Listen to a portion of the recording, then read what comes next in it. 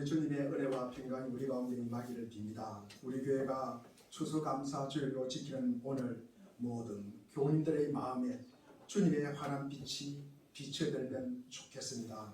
한 주간 내내 제 마음에 떠나지 않는 것은 감사하는 마음입니다. 그것은 곧 아는 마음이다.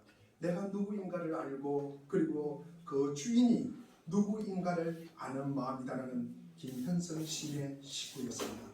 내가 누구인가를 알고 그 주인이 누구인가를 알아야 진짜 감사에 이룰 수 있다는 말이 세상 놀라웠습니다. 주님은 일찍이 요한복음 8장 14절에서 나는 내가 어디서 와서 어디로 가는지를 알고 있다고 말씀하셨습니다. 자기 삶의 뿌리와 목표를 안다는 것보다 더 중요한 일이 있을까? 주님은 당신이 해야 할 일을 아셨기에 현실의 난관 앞에서 차질하지 않았고 가야 할 곳을 아셨기에 한 곳에 집착하지 않았습니다. 어떤 이는 흘러가는 시간을 붙잡아 두고 싶어하는 마음이 타락의 시작이라고 합니다. 시간을 공간화하는 것 말입니다. 사람들은 대개 가시적인 것을 통해서 자기 삶의 안전을 확보하기 위해서 안간힘을 다합니다. 현금을 확보하고 예금 통장에 동그라미가 더 많이 쌓이고 보험을 엮고 그리고 땅이나 집문서가 우리의 삶의 불안을 없애줄 것이라고 생각을 합니다. 그러나 생의 근본적인 불안은 쉽게 사라지지 않습니다. 시련과 고통은 우리를 낙심하게 하지만 동시에 그것은 우리로 하여금 삶의 근본을 돌아보게 합니다. 쉽게 사라져 버릴 것들, 우리 삶을 붙들어매는 것이 어리석을 수 있다는 사실을 우리로 하여금 깨닫게 해주는 말입니다. 인간의 위험은 고통의 순간에 드러나는 법입니다. 오늘은 우리 교회가 추수감사 주일로 지키는 날입니다. 돌이켜보면 아슬아슬한 세월이었지만 우리는 지금 산자의 땅에서 주님을 찬양하고 예배하고 있습니다. 요한복음 15장 1절에 예수님은 일찍이 나는 참 포도나무요 내 아버지는 농부이시다. 5절에 나는 포도나무요 너희는 가지라고 말씀하셨습니다. 과연 우리는 이 말씀에 값하는 삶을 살고 있는지요? 늦가을 정치가 물씬 풍기는 이때 돌아감의 계절입니다. 기러기 때는 가을 하늘을 배경으로 멋진 대행을 이룬 채 먼 길을 떠나고 있고 나무잎은 하나 둘 땅으로 떨어져 내립니다. 그 홀가분한 추락을 보고 어떤 이들은 삶의 의미를 배웁니다. 모든 집착을 내려놓는다는 뜻의 방학착이라는 말이 그것입니다. 어리석은 집착에서 벗어나 자꾸 비우고 또 비워 뿌리에 이르라는 말입니다. 가을과 겨울 사이의 계절은 삶의 근본을 생각하는 때입니다. 노자의 말이 아주 적실하게 다가옵니다. 노자 16장에 만물은 무성히 자라나지만 저마다 지의 뿌리로 돌아간다.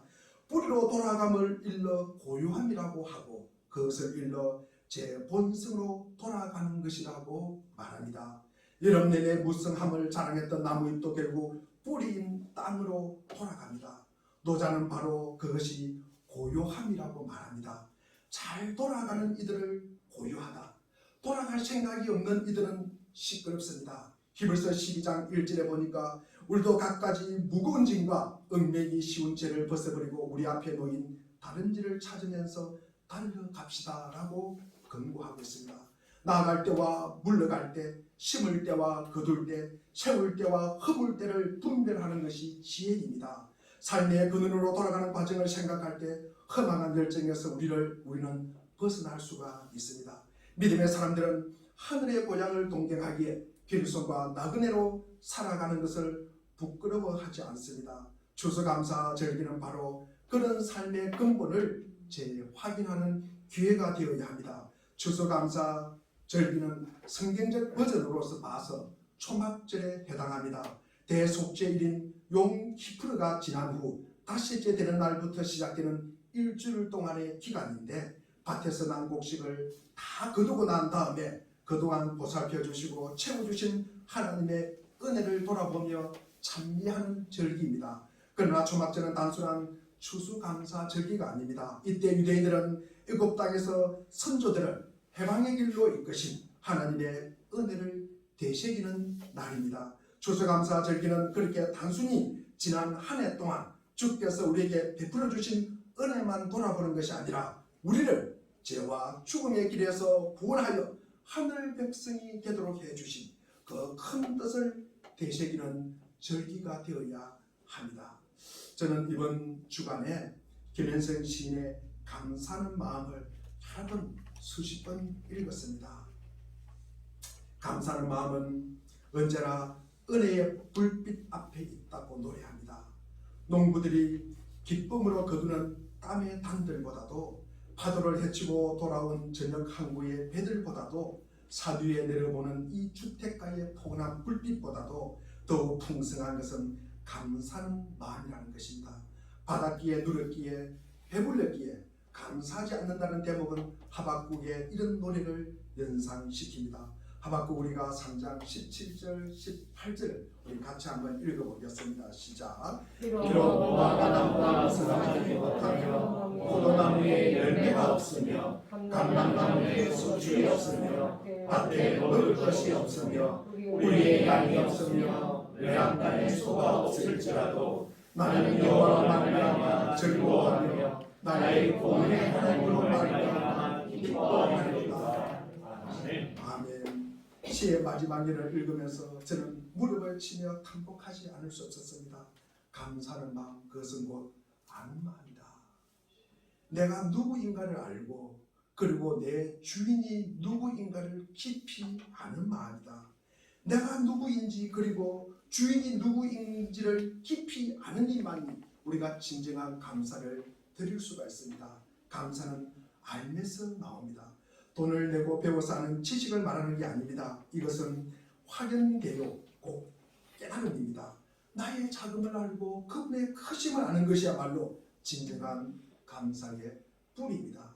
제 마음에 저릿하게 다가오는 노래가 있었습니다. 다니엘 기도회를 통해서 계속 반복되는 말씀이 은혜라는 말씀이었습니다. 내가 누려왔던 모든 것들이, 내가 지나왔던 모든 시간이, 내가 걸어왔던 모든 순간이 당연한 것 아니라 은혜였어. 아침에 뜨고 저녁에 노을, 봄의 꽃향기와 가을의 열매, 변하는 계절의 모든 순간이 당연한 것 아니라 은혜였어. 내가 이 땅에 태어나서 사는 것, 어린 아이 시절과 지금까지 숨을 쉬며 살며 꿈을 꾸는 삶, 당연한 것 아니라 은혜였어. 내가 하나님의 자녀로 살며 오늘 찬양하고 예배하는 삶, 복음을 전할 수 있는 축복이 당연한 것이 아니라 은혜였어.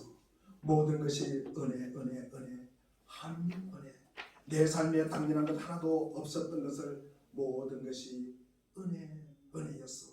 우리가 살다 보면 이해할 수도 납득할 수도 없던 일들을 참 많이 겪습니다. 절망과 좌절의 늪 속에 빠져들 때도 있습니다. 그럼에도 불구하고 우리는 살아야 합니다.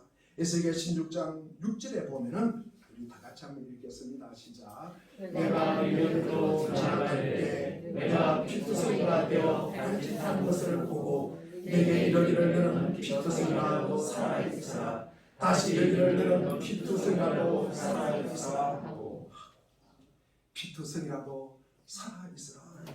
아무리 고통과 시련이 있을지라도 산자의 땅에서 우리가 예배하고 찬양하는 것이 십자가의 의미를 깊이 깨닫는 자입니다. 사방으로 우겨쌈을 당해도 우리는 신실하신 하나님을 믿습니다. 우리는 변화없으신 그분을 믿고 오늘도 이 자리에 우리가 있게 되는 것입니다.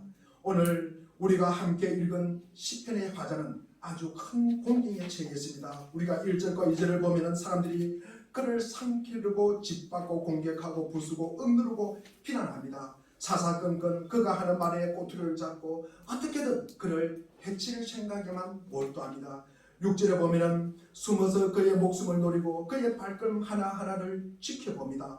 시인의 시간은 한마디로 두려움에 휩싸인 나날입니다. 사방을 둘러보아도 그의 편이 되어줄 사람이 하나도 없습니다. 모두가 합심하여 그를 해치는 것처럼 보입니다. 그를 든든히 지탱해 주던 땅이 속절없이 흔들리고 가엾은 사랑으로 품어주던 하늘이 그를 짓누르는 것 같은 상황이었습니다. 이 시편을 편집하고 이 자리에 배치한 서기관은 시에 이런 표제를 붙였습니다. 지휘자를 따라 요낫 엘렘 로김에 맞추어 부르는 노래. 무슨 말인지 아십니까? 이 말씀은 무슨 말인지 알 수가 없습니다. 그러나 우리가 다른 번역본에 보니까 그 뜻을 알 수가 있습니다. 먼 너티나무 위에 비둘기 한 마리 음조에 맞춰 찬양하라는 뜻입니다. 지금은 그 음조가 무엇인지 우리가 알 길은 없지만도 그 뉘앙스는 우리가 분명히 느낄 수가 있을 것입니다. 음악의 기호를 이렇게 시적으로 서술할 수 있다니 참으로 놀랍지 않습니까? 표제는 이어 이 시의 상을 블레셋 사람이 가드에서 다윗을 붙잡았을 때 다윗이 지은 시라고 말합니다. 표제는 객관적인 정보를 전달하기 위한 것이 아니라 시의 전체적인 분위기와 상을 이해시키기 위해 대중들에게 친숙한 이야기 가운데 그 시의 상황에 어울릴 법한 일을 제시하는 것으로 보아야 합니다. 이 시의 경우 다윗의 망명 시절을 떠올리며 찬양을 올리라고 하는 셈입니다. 블레셋 사람 골리앗을 물리침으로 이스라엘을 구한 다윗은 일락 대중들 사이에 스타가 되었습니다. 하지만 그것은 곧 다윗에게 엄청난 위기였습니다. 사울은 천천히요, 다윗은 만만이로다. 사울은 수천 명을 죽이고 다윗은 수만 명을 죽였다. 사람들이 부르는 노래가 사울의 귀에 들려오자 사울은 질투심과 시기심을 느껴서 다윗을 제거하려고 합니다. 위험을 감지한 다윗은 블레셋 땅 가드 왕 아기스에게로 정치적 망명을 시도합니다. 하지만 아기스의 신하들은 다윗이 결국에는 화근이 될 것이라며 그를 제거해야 한다고 왕을 설득합니다. 사무엘상 21장 우리가 13절을 우리가 한번 읽어 보겠습니다. 시작. 그들 앞에서 그의 돌면을 하며 미친 자하고 내 문짝에 거저거리며 힘을 수용해 흘리며. 다윗은 미친 척 해야 살아 있을 수 있습니다. 그의 성문 문짝에 아무렇게나 글자를 끄적거렸다. 수임에 침을 질질 흘리고 다윗은 그렇게 해서 위기를 또 한 번 벗어납니다. 먼 너티나무 위에 비둘기 한 발이라는 말처럼 다윗의 처지를 적절하게 설명할 말이 또 있을까? 8절에 보니까 나의 방황을 우리 8절 한번 읽어보겠습니다. 오늘 본문 8절 시작. 나의 연약을 주께서 대신하셨사오니 나의 눈물을 주의 등에 담으소서. 이것이 주의 책에 기록되지 아니하였나이까. 나의 유리함은 나의 방황함을 말하는 것입니다. 나의 방황함, 이 방황함이 주께서 헤아리고 계신다. 그리고 내가 흘린 눈물을 주님의 등에 담아 주옵소서. 살다 보면 이런 처지에 빠질 때가 있습니다. 천혜의 고아가 된 것 같은 느낌에 사로잡힐 때가 많습니다. 사람들의 시선은 가파르고 사방에 올무가 놓인 것 같은 상황 말입니다. 이럴 때 할 수만 있다면 쟤처럼 없어져 버리면 좋겠다는 부질없는 생각에 사로잡히기도 합니다. 그 깊은 절망을 어떻게 우리가 돌파할 수 있을까? 우선 주님을 의지해야 합니다. 앞뒤 좌우 사방에 가로막힐 때 하늘을 바라보는 것이 초월입니다. 전례 동화에 햇님과 달림에서 호랑이에게 쫓긴 오누이는 뒤끝에 있는 나무에 오르고 나중에는 하늘에서 내려오는 동화줄을 잡고 하늘로 올라갑니다. 그 이야기는 호랑이처럼 포악하고 집요한 지주들과 관료들에게 쫓긴 이들이 의지할 곳이 하늘밖에 없음을 우회적으로 들려주고 있습니다. 현실이 암담할 때면 우리 시야 또한 좁아집니다. 하지만 눈을 들어 바라보면 어두운 밤하늘 저편에 찬란한 별빛이 아롱대고 있음을 알 수가 있습니다. 저 거대하고 장대한 하늘을 배경으로 하여 바라보면 오늘 이 땅에서 벌어지고 있는 일들은 절대적일 수 없음을 알 수 있습니다. 이 땅에 일어나는 모든 일들은 상대적일 수밖에 없습니다. 신은 세상 천지에 홀로 벌어진 것 같은 상황 속에서도 문득 자기 삶을 든든하게 감싸고 계신 하나님을 발견합니다. 외로움이 가져다 준 복입니다. 그래서 그는 말합니다. 3절에 보니까 오 전능하신 하나님, 두려움이 온통 나를 휩싸이는 날에는 나는 오히려 주님을 의지합니다. 오라는 감탄사가 감동입니다. 두려움과 공포는 우리 눈을 가려 하나님을 볼 수 없도록 만듭니다. 처리해야 할 일들이 태산처럼 몰려올 때도 우리는 하나님을 보지 못합니다. 그런데 몰리고 몰린 자리 벼랑 끝에서 쉬는 저 아득한 10년을 넘어 저기에서 다고는 하나님을 바라보게 된다는 말씀입니다. 그러기에 그는 두려움이 온통 휩싸인 날에는 오히려 주님을 의지한다고 말합니다. 하나님을 신뢰하는 것이야말로 우리 생에 흔들리지 않는 터전입니다. 3절에서 시인은 두려움 때문에 하나님을 의지한다고 말합니다. 우리 4절을 한번 읽어보겠습니다. 4절 시작. 내가 하나님을 의지하고 그 말씀을 찬송하리라. 내가 하나님을 의지하는 성도로 두려워하지 아니하리니 권력을 가진 사람이 내게 없지 않으리라. 3절에서는 시인은 두려움 때문에 하나님을 의지한다고 했는데 4절에 보니까 하나님을 의지했더니 두려움이 남아 있었습니까? 사라졌습니까? 사라졌다는 말입니다. 신앙은 이런 것입니다. 하나님을 신뢰하는 이는 세상의 어둠을 두려워하지 않습니다. 기력을 회복한 시는 확신에 차서 이렇게 말합니다. 4절 하반절과 11절 하반절에 보니까 혈육 그리고 육체, 사람을 가진 사람이 이 혈육을 가진 사람이 나에게 감히 어찌하겠습니까? 9절 하반절에 보니까 하나님은 나의 편이심을 나는 잘 알고 있습니다. 다 같은 피조물이요, 다 같은 죄인이지만 그래도 하나님은 누구 편? 나의 편이라는 것입니다. 그러니 누가 감히 나를 해코지 하겠습니까? 이 깊은 확신이야말로 절망의 구름텅이에서 사람을 건져내는 도마주입니다. 하나님의 뜻대로 살려다가 어려움을 겪는 이들이 많습니다. 세상은 원하는 것이 정맞는다고 합니다. 세상은 길들어지기를 거부하는 이들을 미워합니다. 그래서 그들을 따돌리고 분원에 딱지를 붙이고 모함하고 박해합니다. 하나님의 사람들에게 세상이 안겨주는 것은 십자가입니다. 그런데 그 십자가가 우리를 구원하는 것이에요. 우리를 구원하는 것입니다. 나의 안일한 행복을 위해서 고난받는 것 말고 아름다운 세상, 하나님의 뜻이 구현된 세상을 만들기 위해 고난을 받는 이들은 모두 십자가의 길을 걷는 이들입니다. 그 길을 걷는 이들은 이 시인처럼 당당해야 합니다. 육체를 가진 사람이 나에게 어찌 감히 어찌하겠습니까? 하나님의 말씀을 기억하고 참여할 때 내적인 힘이 우리 속에서 솟아나는 것입니다. 두 번째로 이 깊은 절망을 어떻게 우리가 돌파할 수 있을까? 감사의 제사를 드리는 것입니다. 우리 12절 한번 읽어보겠습니다. 12절 읽겠습니다. 시작. 하나님이여 내가 주께 소원하는 이 싸운즉 내가 감사를 주께 드립니다. 12절의 시인은 이제 하나님께 선한 그대로 감사의 제사를 드리겠다고 말합니다. 여전히 상황은 별로 달라진 것이 없습니다. 그렇지만 그 상황을 바라보는 그의 시선은 달라졌습니다. 이전의 두려움은 사라졌습니다. 어디로 가야 할지 몰라 방황하던 시간이 지났습니다. 가야 할 길이 분명히 보입니다. 서양 속담에 왜 사는지를 아는 사람은 어떻게든 살 수 있다는 말이 있습니다. 현대인들은 고통 앞에서 자꾸 무너지는 것은 삶의 이유를 찾지 못하기 때문이 아닐까 합니다. 삶의 이유 혹은 의미는 늘 다른 이들과의 관계 속에서 발견되는 보화입니다. 내가 누군가에게 의미 있는 존재가 될 때 나는 또한 살아갈 이유가 생기는 것입니다. 제가 늘 아침에 새벽 기도를 마치면 인천대공원에 제가 달리기를 합니다. 전에는 자전거를 타다가 지금은 1시간 정도 띵박질을 합니다. 그러면요, 많은 사람들이 그 숲속에 고양이에게 밥을 주는 분들이 계셔요. 제가 그분들을 갖다가 매일 그 시간 안에 그분들을 보게 됩니다. 참 보면은 옷도 남루하고 누추해요. 그런데 그분들은 뭡니까? 고양이에게 밥을 주고 있어요. 그래서 제가 느꼈습니다. 저 고양이에게 내가 도움이 되고 내가 고양이에게 먹을 것을 주고 내가 고양이에게 도움이 된다는 그 생각이 저 사람을 갖다가 살리게 하는 이유가 된다.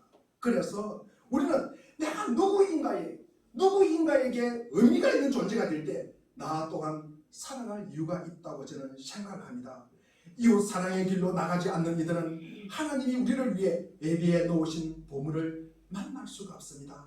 사랑한다는 것은 나 자신을 비우고 내 다른 이들을 나로 채우는 것입니다. 시름과 고난은 시인의 눈을 맑게 만들고 이전에는 보지 않았던 삶의 차원에 눈을 뜨게 만듭니다. 그는 자기 생의 든든함을 하나님의 은총이라고 말합니다. 우리가 13절을 한번 읽어보겠습니다. 우리 13절 시작. 주께서 내 생명을 사랑하셔서 거두셨습니다. 주께서 나로 하나님과 생명의 빛을 다니게 하시려고 실족하지 아니하게 하시는 하나님이다.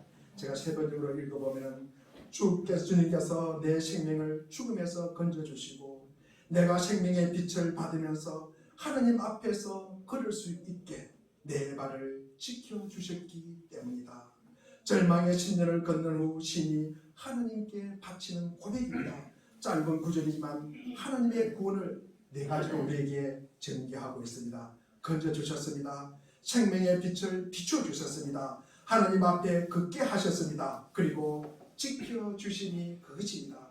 우리를 죄와 악에서 건져주시고 따뜻한 생명의 빛을 비춤으로 자라게 하시고 하나님 앞에 실족하지 않고 바르게 걷게 하시고 그리고 지켜주셨습니다. 돌이켜 생각해보면 이것은 비단 시인만의 고백이 아닙니다. 우리 또한 이런 은총 속에서 살고 있으니 말입니다. 우리는 주님의 빛을 받아 환히 열린 미래를 내다보고 있습니다. 지금 우리 삶이 힘겹다 해도 주님의 빛이 어둡지 않다면 우리 삶 또한 어둡지 않습니다. 세상의 모든 빛이 꺼져도 주님의 빛은 꺼지지 않습니다. 가끔 우리 내면의 빛이 가물거리고 세상의 현실이 칠흑 같은 어둠에 잠길 때도 있습니다. 그렇지만 낙심할 이유가 없습니다. 마치 썩은 흙에서 돋아나는 식물들처럼 하나님의 빛은 어두운 현실을 뚫고 삐쳐나올 것입니다. 그리고 지금 우리 곁에서 소중한 동료들이 있습니다. 함께 하나님 나라의 비전을 공유하고 기쁨과 슬픔을 함께 나눌 여러 지체들이 있다는 사실이 얼마나 큰 위안인지 모릅니다. 비록 지금은 먼 느티나무 위에 비둘기 한 마리 같이 처량한 처지에 있다 해도 하나님이 우리를 아름다운 삶의 자리로 인도하실 것입니다. 우리는 그 사실을 믿기에 감사의 제사를 주님께 바치는 것입니다. 우리 사랑하는 물된 동산교회 교우 여러분, 하나님의 말씀대로 살려고 발부둥 쳤는데 예수님의 삶을 닮아 살려고 몸부림쳤는데 내게 주신 하나님의 마음으로 성령의 인도함에 이끌려 살려고 하였는데 어둠이 있고 두려움이 있어요. 그리고 결핍을 경험합니다. 우리 주님과 함께 동행한다고 살았는데 포도주가 떨어졌어요.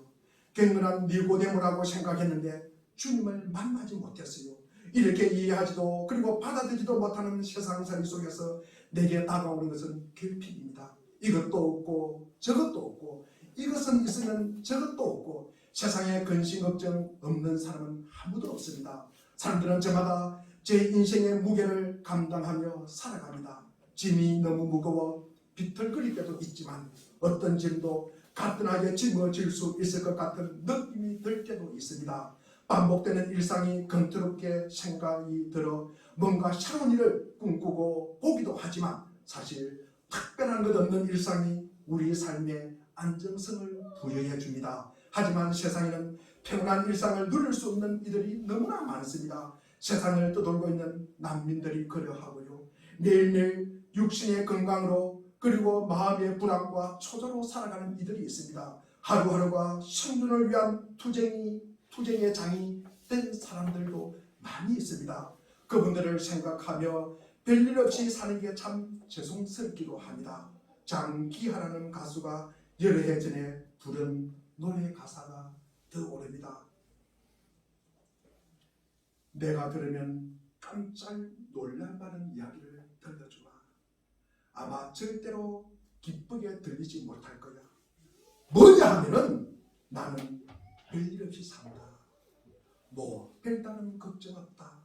나는 별일 없이 산다. 이렇다 할 고민이 없다. 장기하는 내가 절대로 믿고 싶지 않을 이야기. 그것만은 사실이 아니기를 엄청 바란 이야기를 하겠다며 이렇게 말합니다. 나는 사는 게 재밌다. 하루하루가 즐겁다. 나는 사는 게 재밌다. 매일매일 신난다. 가수의 표정 없는 얼굴로 노래를 부르기에 이 가사는 아마 역설적으로 들리기도 합니다. 실제로 하루하루 사는 게 즐겁고 매일매일 신나는 삶을 사는 사람은 그리 많지 않을 것입니다. 처리해야 할 일은 왜 그리 많고 세상은 왜 그리 슬픔과 고통이 많을까? 우리 가운데 인생의 황무지를 지나는 분들이 계십니다. 우리 교원님들 중에 하루하루가 광야를 지나는 분도 계십니다. 그늘조차 찾기 어려운 빡빡한 현실을 감내하는 이들 말입니다. 편안한 처지에 있는 이가 할 말은 아니지만 기왕 그런 처지에 처했다면 그 상황으로부터 뭔가 얻어내야 합니다. 엉덩이 배가 탈구되어 고통을 겪으면서도 자기에게 축복해 주지 않으면 보내지 않겠다고 하나님의 사자에게 때를 썼던 야곱처럼 말입니다. 인생의 광야는 우리를 지치게 만들기도 하지만 우리를 단련하고 가르치기도 합니다. 광야 같은 현실은 때로 우리에게 생략하는 법을 가르쳐줍니다. 광야에서 필요한 것은 밀리티의 물과 인내와 그리고 삶의 의지입니다. 광야를 거친 이라야 한 조각의 그늘, 밤 사이에 내리는 이슬조차 은총임을 깨닫게 됩니다. 호시아서에 보면 하나님은 반역하는 병에 걸린 백성들을 고쳐주겠다면서 이렇게 말합니다. 호시아 14장 우리 5절 말씀을 우리 한 목소리를 같이 읽어보겠습니다. 시작. 내가 이스라엘에게 이스라엘과 하리니 그가 백화와 같이 이기고 레바논을 백한 곳같이 우리가 나길 것이다. 아멘. 주님의 은총은 이렇게 은밀하지만 넉넉하게 다가옵니다. 그러나 더 큰 자극을 필요로 하는 사람들은 이스라엘처럼 내리는 은총보다는 소낙비처럼 내리는 은총을 기대합니다. 그래서 이스라엘처럼 내리는 은총에 무감각해요. 그리고 이스라엘은 물이 아니라고 생각합니다. 성숙한 신앙은 일상 속에서 이스라엘처럼 다가오는 은총을 알아차리는 데서 시작됩니다. 그것을 알아차릴 때 인생은 너무나 고마운 것입니다. 지난 14일 주일 말씀에서처럼 우리는 품어야 성장할 수 있습니다. 그래서 우리는 누군가의 품에서 자랐습니다. 그런데 우리는 지금 무엇을 가슴에 품고 심고 안고 살아가십니까? 하나님의 사랑의 말씀을 품고 우리의 구주해 주신 예수 그리스도의 선하심과 신실하심과 진실하심을 품으십시오. 각자 자신의 마음에 생명의 십자가의 마음의 실을 품고 우리가 속한 교회가 서로를 품고 견디고 다독여주고 그리고 기다려주는 공동체가 될 수 있기를 우리가 바라고 원하고 기도합니다. 에베소서 우리 2장 10절 말씀을 한번 읽어보겠습니다. 시작. 우리는 그가 만드신 나라 그리스도 예수 안에서 선한 일을 위하여 지으심을 받은 자니 이 일은 하나님이 이전에 미리 하사 우리로 그 가운데 동행하게 하려 하십니다. 아멘. 그렇습니다. 우리는 그가 만드신 나라 예수 그리스도 안에서 선한 일을 위하여 지으심을 받은 자입니다. 그것이 우리의 정체성입니다. 그분의 개입하심으로 부족하고 우리가 연약하지만 산자의 땅에서 주님을 경배하고 예배하는 자리에 있음을 깨닫게 됩니다. 그리할 때 그리스도인은 감상자가 됩니다. 하나님의 사람들은 철저한 낙관주의자가 되어야 합니다. 나의 가능성이 아니라 하나님의 가능성을 믿고 싸우고 있으니 말입니다. 스스로 거칠어지거나 우울해지면 절대로 안 됩니다. 명랑함을 유지할 수 있어야 우리가 끈질긴 죄와 유혹과 악과 맞서 싸울 수가 있습니다. 우리의 발을 지키시는 하나님을 신뢰하며 뚜벅뚜벅 하나님 나라를 향한 순례의 길을 계속할 수가 있습니다. 지금까지 우리를 이끌어주신 주님의 은총이 우리를 선한 길로 인도하실 것입니다. 이것을 아는 것이 바로 진정한 감사입니다. 그분을 위해 또 너를 위해 나를 내어주는 삶 말입니다. 그게 바로 십자가 아니겠습니까? 김현성 시인의 19대로 감사하는 마음은 나를 아는 마음이고 주인이 누구인가를 아는 마음입니다. 오늘 우리는 지금까지 베풀어 주신 은혜에 대해서 감사하지만 우리를 더 멋진 삶으로 불러주신 은혜에 대해서도 감사해야 합니다. 고통받는 이들의 삶의 자리에 초대해 주신 주님께 감사할 수가 있어야 합니다. 감사의 두루박을 깊이 내려 은총의 샘물을 길러내는 사랑의 메신저 승리자들이 되십시오. 그런 은혜가 우리 모두에게 임하길 감사하며 축복합니다. 기도하겠습니다. 하나님 아버지